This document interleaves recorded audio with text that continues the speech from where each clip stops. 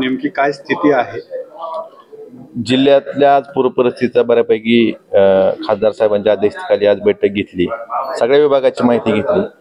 बरेच पंचनामे अद्यापर्यंत अपूर्ण आहेत. बरीच माहिती शेतकऱ्यांचे नुकसान झाले हे अद्यापर्यंत पंचनामे द्यायचे झालेले नाहीत.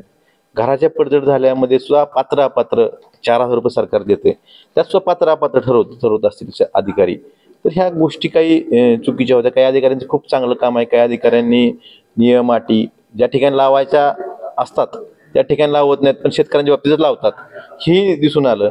आणि वर्गखोल्या असतील, रस्ते असतील, बांधारे असतील, तलाव असतील, बरेच तलाव असे होते की त्याला प्रत्येक जण म्हणतो की आमचा तलाव नाही. म्हणजे रोजगार हमीमध्ये झाले तलाव असतील किंवा काही गाव तलाव जुने आहेत, त्यावेळेस त्याची धोकादायक परिस्थिती तयार होते की विभाग एकमेकावर ढकलतात. अशा बऱ्याच गोष्टी आज या ठिकाणी निदर्शनास आल्या. आणि आम्ही संबंधित विभागाला सूचना दिल्या की आपण जेवढं नुकसान झालंय तेवढी परिपूर्ण माहिती तुम्ही शासनाकडे पाठवा, शासनाकडनं त्याची निधी मागा आणि ते कामं लवकरात लवकर पूर्ण करून घ्या. त्याचबरोबरीनं महावितरणचे सुद्धा बरेच म्हणजे पोल पडलेले आहेत. लाईटची व्यवस्था तिथं सध्या पुरेशी नाही, तिथं म्हणजे लाईट देऊ शकत नाहीत. अशा ठिकाणी सुद्धा हे लवकरात लवकर कामं पूर्ण करून घेऊन सुरळीत वीज पुरवठा करण्याच्या सूचना दिल्या. पीक विम्याचे कापणी प्रयोग सुरू आहेत. खरं तर त्यावर कापणी प्रयोगातून काय निदर्शनास येते? शेतकऱ्याला पीक विमा मिळेल का? कापणी प्रयोगातनं आता सध्या जे खरं तर 100% पीक गेलेलं आहे.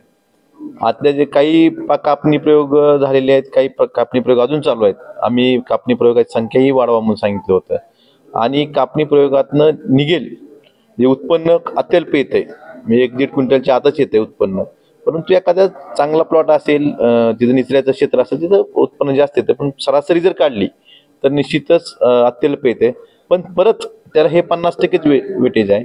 सॅटेलाईटचे जे सर्वे आहेत ह्यातून वेगळं काही येऊ नये आणि ह्यातून वगळं जाऊ नये एवढीच आमची अपेक्षा. आता तरी सगळे शासकीय कर्मचारी असेल, महसूल विभाग असेल, कृषी विभाग असेल किंवा ग्रामपंचायत विभाग असेल, शासकीय कर्मचारी, तिथले स्थानिक शेतकरी यांच्या वतीने जे सध्या प्रयोग चालू आहेत हे सध्या जे ॲक्च्युअल उत्पन्न म्हणजे 1 किलो, अर्धा किलो जेवढं आहे एवढंच येतंय. परंतु सॅटेलाईटमुळं परत उत्पन्न वाढू नये, कारण वरून दिसताना दिसतं म्हणजे सॅटेलाईट इमेजनं दिसू जर चांगलं दिसत असलं तर ते डॅमेज शेंग दिसत नाही किंवा शेंग न भरलेली ती दिसत नाही. ह्या ज्या गोष्टी आहेत ह्या भविष्यात धोका होऊ नये एवढीच अपेक्षा आहे. आणि आमची पीक विम्याच्या बाबतीत सरळ साधी मागणी आहे. 58,000 रुपये हेक्टरी ही संरक्षित रक्कम आहे. स्वतः मुख्यमंत्र्यांनी सांगितलेलं आहे की धाराशिव जिल्ह्याचं नुकसान 80 ते 100% झाले.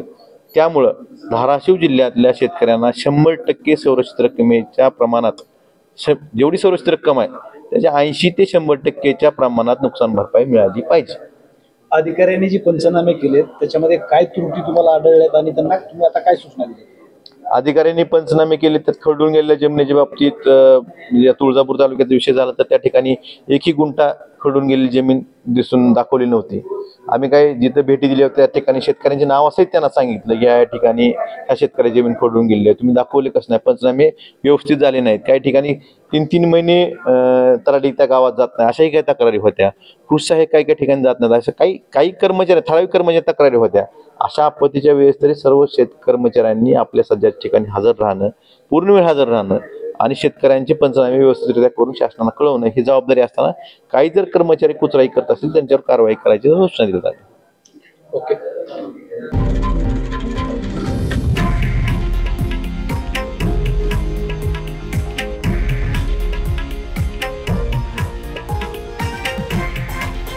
हे आहे देशातील नंबर 1 न्यूज नेटवर्क आणि आपण पाहत आहात TV9 मराठी, एकमेव.